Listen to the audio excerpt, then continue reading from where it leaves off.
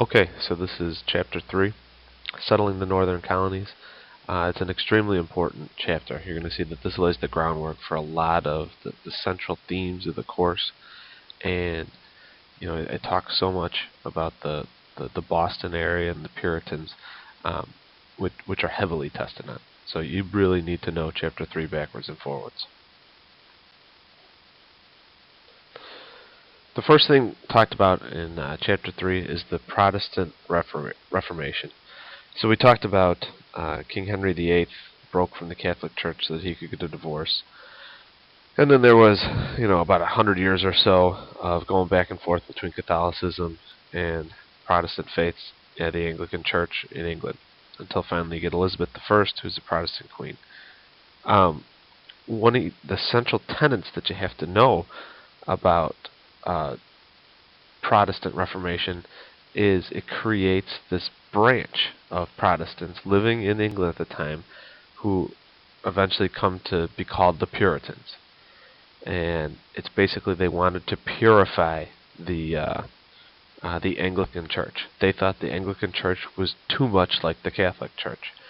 So they didn't like the idea of bishops, and they didn't like the idea of just this strong hierarchical structure that they thought kept all of the same corruption that they had seen with the Catholic Church prior.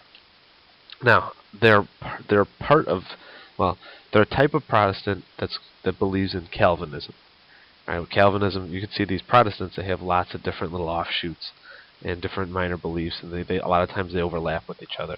And so these Puritans are Calvinists, and under Calvinism, back then they believed in something called predestination. So even before you're born, it's been predestined that you're either going to go to heaven or you're going to go to hell. And obviously, since God is all-knowing, God already knows, even before you're born, probably even before you're conceived, as whether or not you're going to go to heaven or hell.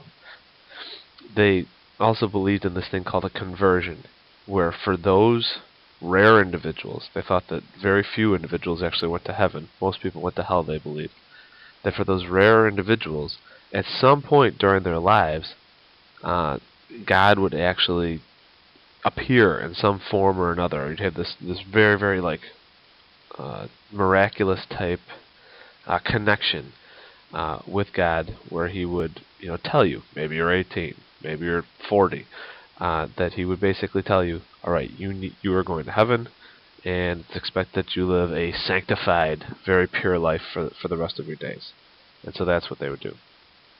So for these individuals that claim they had a conversion, they become the leaders of this Puritan offshoot, right? And for the rest of the Puritans, they were basically just waiting and hoping to see, when this conversion would happen. So where are they? For the most part, and I think there's a map in a slide or two that shows you they're from the poorer regions of England. These were, and it makes sense, right? They're Protestants, but they're Protestants. They were the have-nots. If you have the haves and the have-nots, they're the have-nots.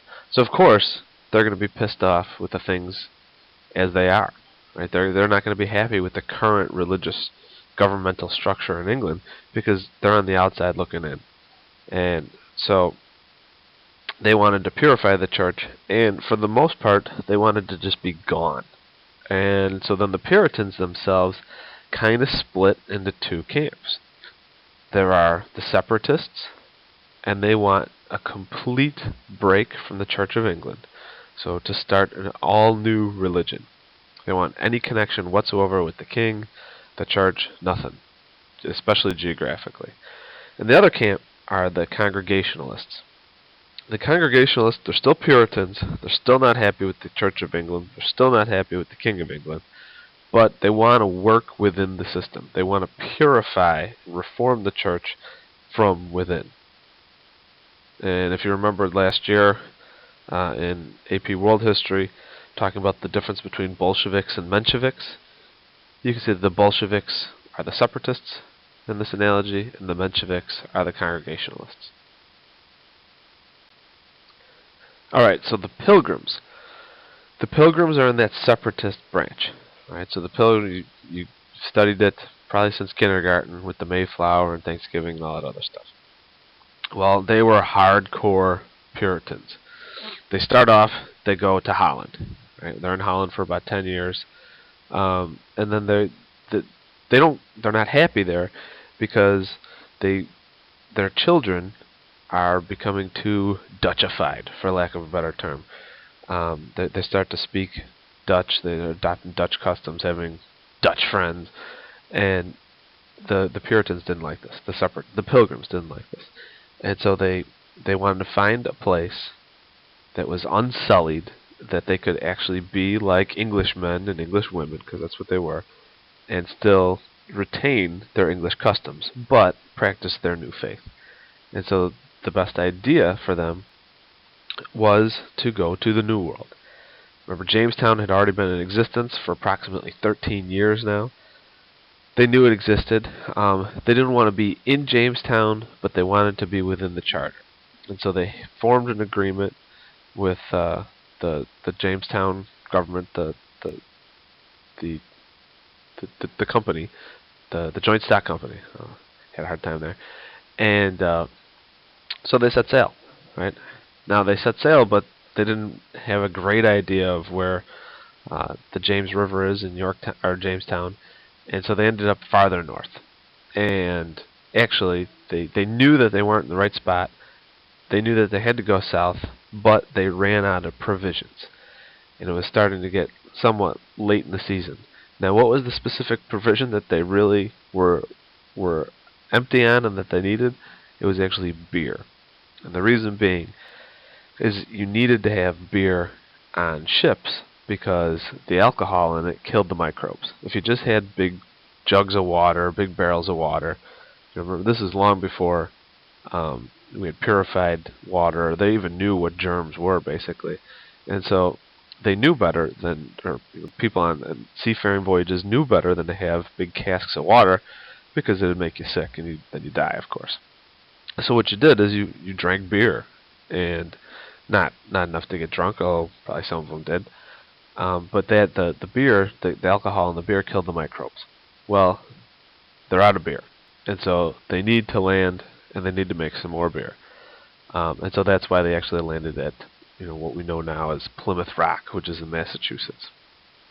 Prior to landing, the leaders of this ship draw up a contract between the two of them, between all of them, I should say, and it's called the Mayflower Compact. The Mayflower Compact basically was just an agreement to form a crude government to kind of divvy up who had to do what, and that the majority is in charge. All right, so it's like an early form of a democracy, although not everybody got to vote. Basically, it's the precedent for future constitutions, whether they be local, state, and eventually national level in what later becomes the United States. So that's what the Mayflower Compact is important for. The big guy you got to know for the Pilgrims is William Bradford. Remember, this is a democracy, and so the leader was voted by the people every year for a one-year term, and William Bradford got voted to be the leader of the Pilgrims for 30 straight years. Pretty much the first 30 or so years of their existence. At the end of the day, this colony was a bit of a failure, and not too many people came there, and within 70 years or so, it's kind of like just a backwater place compared to a very vibrant string of colonies on the East Coast there. So in 1691, it actually just merges with the Massachusetts Bay Colony. This is a recreation of what Plymouth looked like very shortly after them landing in the New World. You can see it's different than the way Jamestown looked like. There are some defensive fortifications there with a wall, but these are set up as more like single-family homes, and with small gardens and small little pens for your sheep and stuff like that, whereas Jamestown was built more like a military barracks. Alright, the Bay Colony Bible Commonwealth. You don't have to know them by that. You can either call them the Congregationalists, which you can see in bold there, You can call them the Massachusetts Bay Colony, which you also see in bold there. But you have to know them as the non-separatists. This is the colony that forms the Massachusetts Bay Colony. They are also Puritans, but they are not separatists. They believe in reforming the church from within. Right? They don't want a clean break. So what they end up doing is they start calling themselves the Congregationalist Church. And so, but they're still within the Anglican Church, at least initially. And so that's why they're known as non-separatist Congregationalists. Same deal. They wanted to leave England. They hated the corruption. They thought it was far too Catholic. But they didn't want the clean break. And so, unlike the Pilgrims, who got absolutely no help whatsoever from the King of England, the Congregationalists, they actually were supported by the king. They were almost like a pressure release, where the King of England was able to get rid of a bunch of poor people who always caused problems during this time period, with bread riots and revolutions and whatnot. And he's able to get these religious dissenters just out of the way. So he actually supports the foundation of their new colony. And as a result, the Massachusetts Bay Colony becomes far more successful than the Pilgrims up in Plymouth. It's formed a few years after Plymouth, 1629. Again, it's much better equipped. And during this time period, especially starting in the 1630s, once the footholds are made in the New World, you get essentially a great migration. Now, we've had a great migration of African Americans traveling from the south to northern cities such as Chicago right after World War I or during the World War I era. Well, this was a great migration of Puritans coming from the poorer regions of England to the New World. And many of them came to Massachusetts. Most of them actually went to the Caribbean islands like Barbados and Jamaica and places like that. But many of them actually came to Massachusetts. The guy you have to know for the Massachusetts Bay Colony is John Winthrop. Now, it's unfair. You're going to see a lot of AP questions where it's going to talk about Jamestown. It's going to say some guy. And two of the answer choices are going to be John Smith and John Rolfe. And it's rough. They may even throw a John Winthrop in there too. So now you have 3 of the 5 answer choices are all Johns. So it's important that you memorize these names. Obviously, a lot of students have a difficult time in their mind with the Puritans, separating the Massachusetts Bay Colony, the Congregationalists, from the Pilgrims, who were the Separatists. And they'll talk about who the leader, who wrote The City on a Hill, and some of the answer choices will be William Bradford, John Winthrop, John Rolfe, John Smith. So it's important that you memorize those 4 names from this early period of colonization and what they're known for. John Smith, the quote is, "He who will not work shall not eat." He's Jamestown. John Rolfe, you got to know him as he's Mr. Tobacco in Jamestown. He also marries Pocahontas. William Bradford, he's the leader of the Pilgrims. So think Mayflower, Bradford.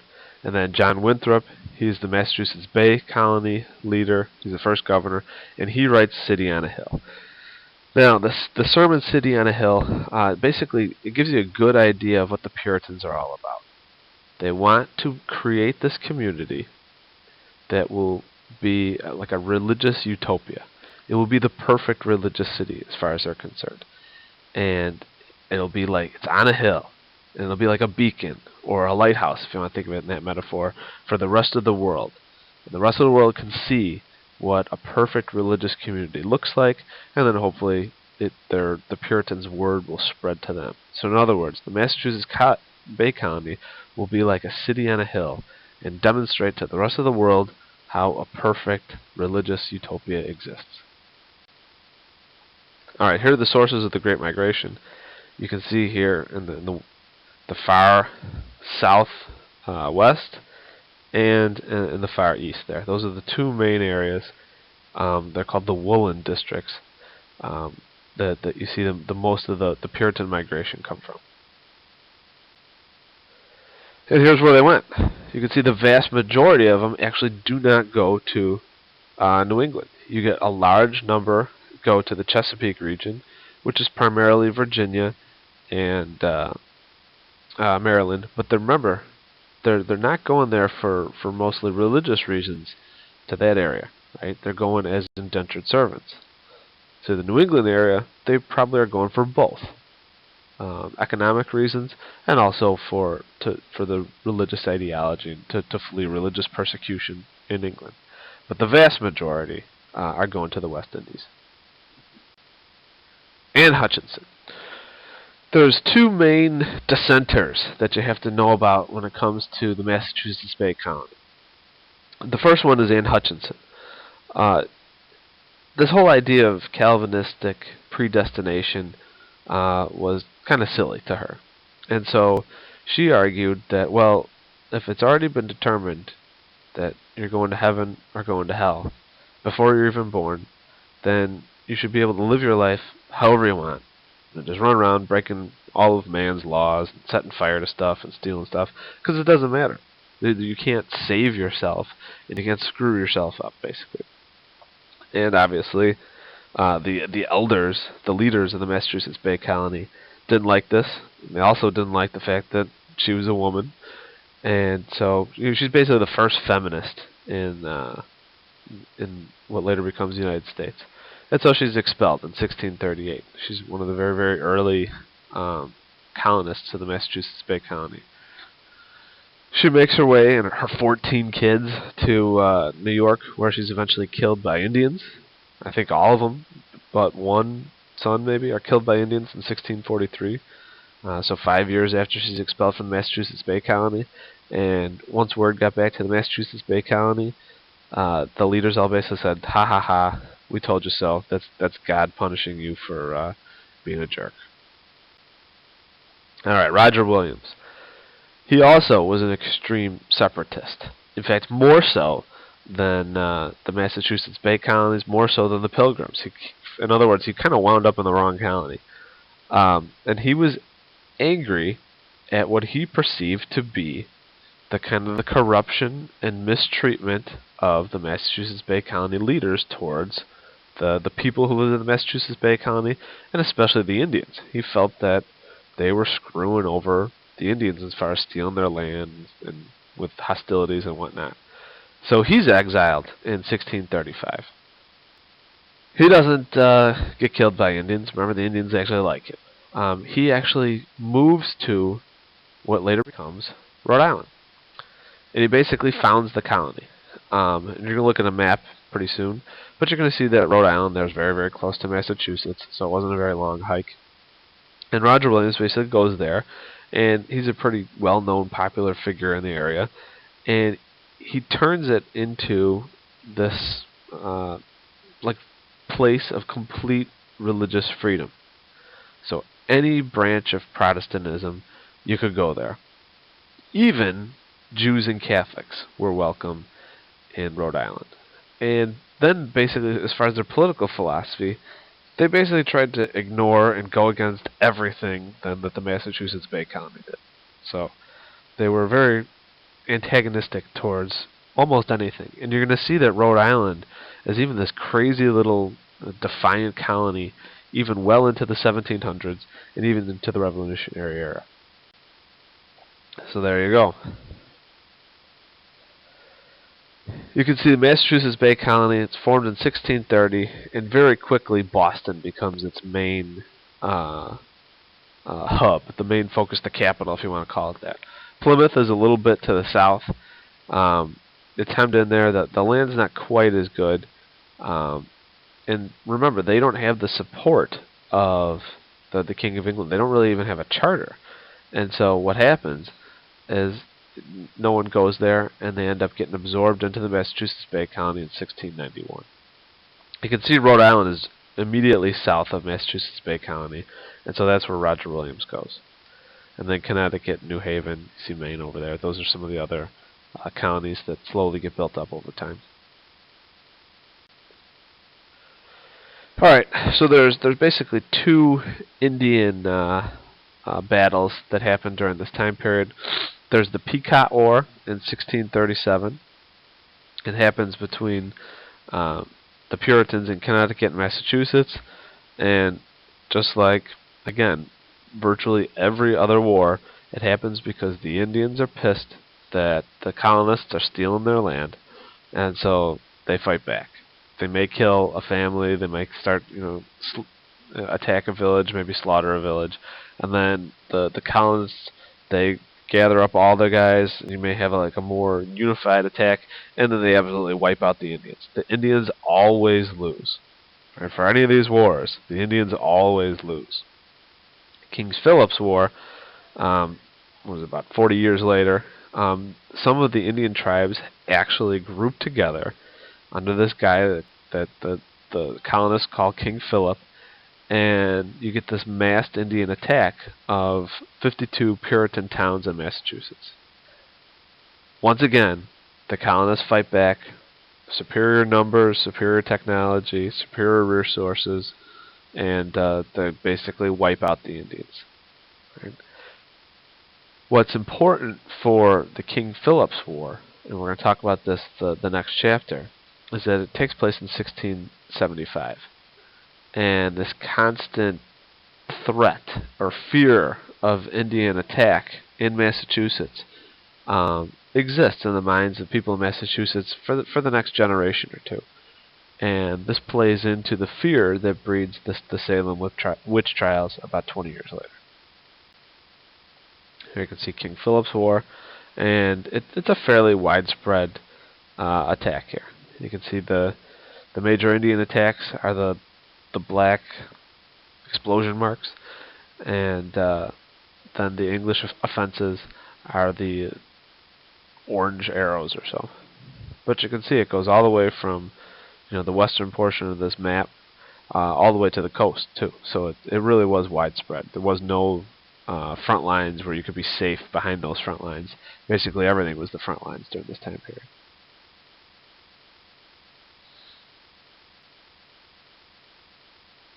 This gives you an idea, kind of a merger with world history here. You can see James I.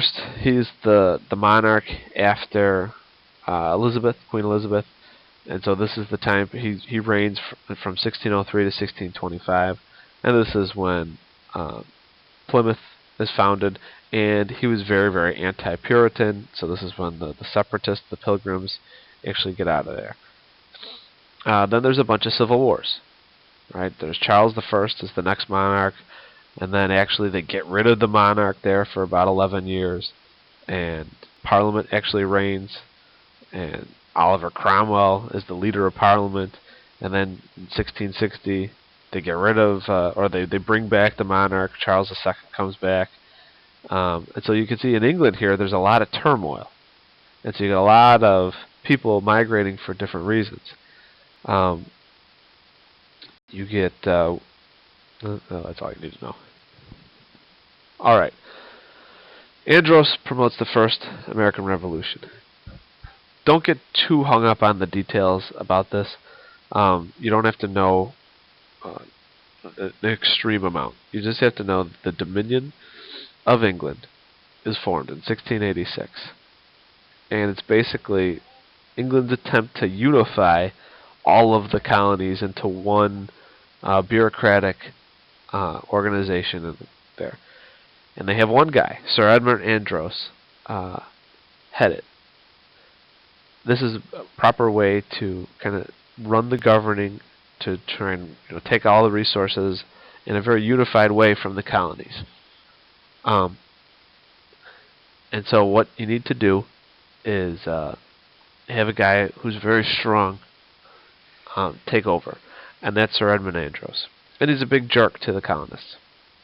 So what happens is he starts to pass and enforce these navigation laws.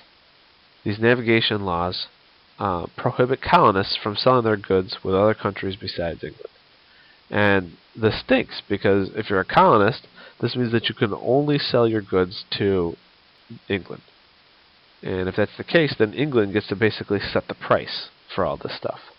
Whereas if you're able to sell your stuff to France, to Spain, to the Indies, to Portugal, to England, then you have lots of different markets to sell your goods, and you just shop around for the best price available. Because England wants to get this stuff on the cheap, it passes these navigation laws and imposes them on the colonists. So the colonists don't like this, and so they basically ignore them. They start smuggling, right? So illegally selling their goods and importing goods. And not only is this seen, as a way to make money for the colonists, but it actually turns into like an honorable profession. And you're going to see that some of our founding fathers were actually some of the biggest smugglers in the colonies at this time. Chief in point is John Hancock. He was the biggest smuggler around at the time. Now, even though they have these navigation laws, once they get rid of the stupid Dominion of New England and Andros is given the boot, what they get is England kind of ignores the colonies. They're still doing business. They're still sending over lots of colonists and whatnot. But as long as the colonists keep selling their goods on the cheap, and as long as England's making a lot of money, they kind of ignore the colonies because they're busy now fighting like 100-year war with France and some of the other countries in mainland Europe. And so what you get is a period of what's called salutary neglect. So England, they're not really policing the ports, the harbors, the Atlantic Ocean, and the colonists are free to smuggle to their heart's content without being caught. This period, though, gives the colonists a several generation experience in kind of running their own government, kind of setting up their own economy, basically running their stuff without England telling them what to do. And so then once England starts telling them what to do in 1763, starts enforcing the navigation laws, starts passing new navigation laws, then the colonists, they throw up their arms and they're all pissed off, and you get the Revolutionary War. This is just the Dominion of New England. You can see how close to the coast actually, the colonies are. They're hugging the coast. They're not modern day states of Maine, New Hampshire, Connecticut, Massachusetts. They're really very close to the Atlantic coast there. This is the different ethnic areas of settlement. Talks a little bit about Swedish and the Dutch in your textbook. You can see there that the Swedish, for the most part, settle in what later becomes New Jersey, there in the south. And the Dutch actually are the first ones to found New York. They go up the Hudson, in Long Island, what later becomes Manhattan, and they call it New Netherland. Obviously, England wants them out, and so England shows up, basically kicks them out. There's no fighting whatsoever. It was just intimidation, and they renamed New Netherland New York. It's as simple as that. All right, William Penn. This is the story of Pennsylvania. So, a type of Protestant, we've already talked about the Calvinists and the Puritans, a type of Protestant is a Quaker. Now, the Quakers didn't call themselves the Quakers. They called themselves the Religious Society of Friends. I like to refer to them as 17th century hippies because they believed in everybody sharing. It was a very kind of communist, communal type hippie religion. And William Penn was a Quaker. And William Penn was fortunate enough to have an extremely rich father. And his extremely rich father had given a very, very large loan to the King of England. And then Dad died. So the King of England still owed this money back to now the son, William Penn. But of course the King of England doesn't want to give money. Right? He always wants more money. But what does he have to give that's cheap for him? Land, especially land in the New World. So he gives William Penn an absolutely massive plot of land. That's William Penn's then. So William Penn thinks this is great. He can take his hippie buddies there, the Quakers, and he actually goes around and he pays people to go around not just England, but mainland Europe as well, advertising um, to immigrate to his place. And once so they get to what later becomes Pennsylvania, and much like Roger Williams with Rhode Island, the Quakers, they're extreme pacifists. They don't believe in taxation. They don't believe in violence, and so instead they're super nice to the Indians.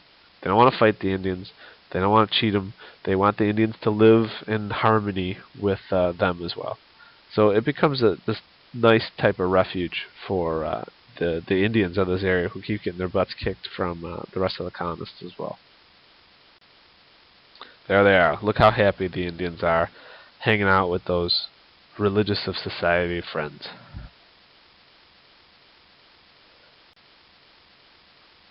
Some other colonies. These are the Middle Colonies.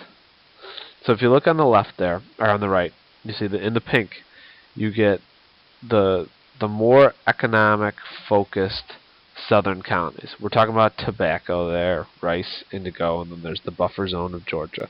That's just pure money, right? That's Jamestown.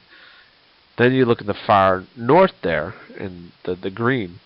That's more the Puritans, the religious, fleeing religious persecution type colonies, right? Different focus. Then in the purple, these are the Middle Colonies, and it's kind of a mixture of both. There's a lot of religious reasons, but there's also primarily economic. What you also see is you can't really grow tobacco there, and so, but it's very good farmland, especially in New York and Pennsylvania. And so they end up being the breadbasket, really, for the rest of the colonies. They're called the bread colonies, actually. What you see, especially because, remember, the Swedish are originally in New Jersey, the Dutch are originally in New York, and then they're taken over by the English.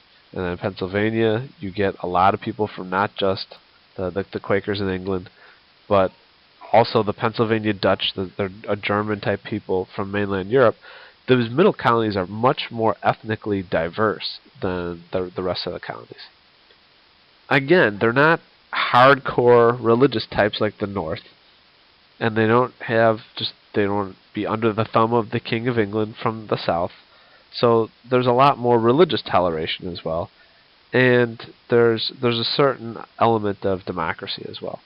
So your book talks about that these Middle Colonies end up being the most American of the colonies, which is kind of stupid. But what they're trying to say is what later becomes the United States of America and the different laws and beliefs of the early Americans under the Constitution are best reflected in these Middle Colonies. Here's the last slide. You get the chronology here. So you get the Protestant Reformation begins in 1517. You get John Calvin, 1536, a hardcore Protestant. He's the one that comes up with Calvinism, right, with all that predestination stuff. About 84 years later is when the Pilgrims set sail on the Mayflower to Plymouth. You get about 10 years later, the Puritans found the Massachusetts Bay Colony. 1635, Roger Williams is kicked out for being critical of the Massachusetts Bay Colony's dealings with the Indians, and he heads to Rhode Island. The Pequot War there in 1637. A year later, Anne Hutchinson, the first feminist, is banished from the Massachusetts Bay Colony, makes her way to New York, where she and 13 of her kids are killed by the Indians. You get